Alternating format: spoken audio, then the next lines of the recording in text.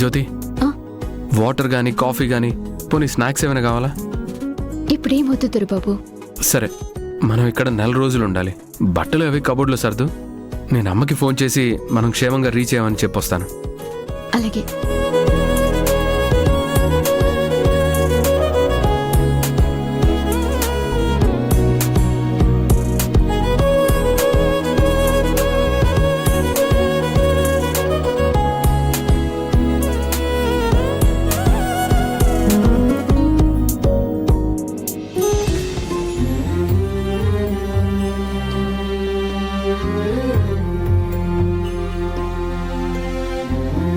Almost 6 సంవత్సరాలు గడిచిపోయాయి. ఆయన జాబుల జ్ఞాపకాలు నన్ను వీడట్లేదు.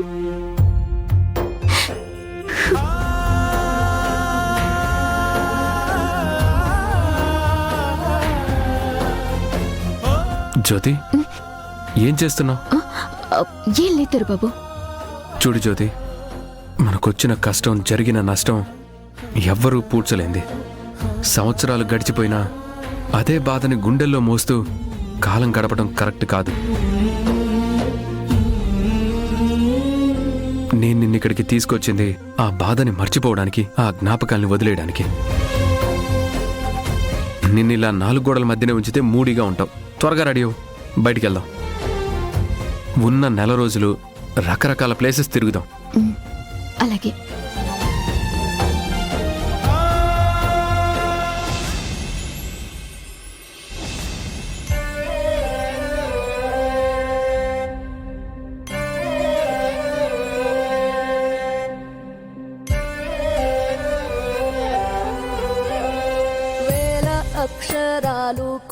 నువ్వు మా అమ్మవి, నేను నీ కూతుర్ని.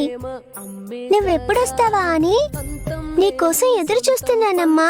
లేని బంధం, స్వార్థం లేని రూపం అమ్మే కదా.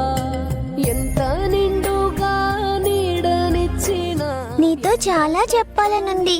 నువ్వు వేరే దేశం నుండి వచ్చేలోపు నేను నీతో చెప్పాలనుకున్నవన్నీ నీకు చెప్పినట్టే ఈ బొమ్మకి చెప్పుకుంటాను. చూపే అమ్మ తానో స్వర్గం. జాబిలి, శారదమ్మా, శారదమ్మా, నువ్వు నాకు డబ్బులు ఇచ్చావు కదా, దాంట్లో కొన్ని డబ్బులు పెట్టి ఈ బొమ్మ కొనుక్కున్నాను. అవునా? ఈ బొమ్మ చాలా బాగుంది. ఈ బొమ్మ ఎవరో కాదు, మా అమ్మ శారదా.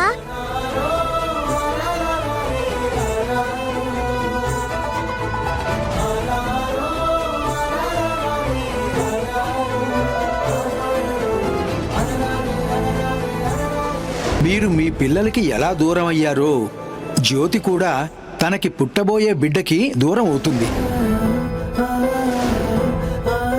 నన్ను క్షమించు జ్యోతి. కొన్నాళ్ల పాటు నీకు బిడ్డని దూరం చేయక తప్పడం లేదు.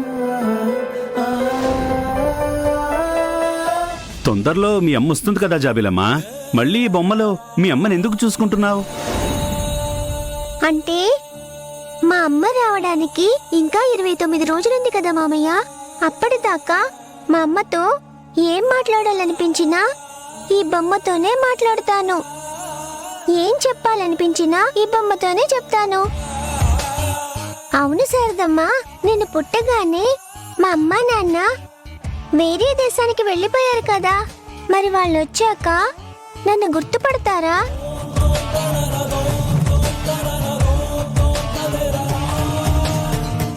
ఎందుకు గుర్తుపట్టరమ్మా? గుర్తుపడతారు. వాళ్ళు నన్ను చూడలేదు కదా, ఎలా గుర్తుపడతారు?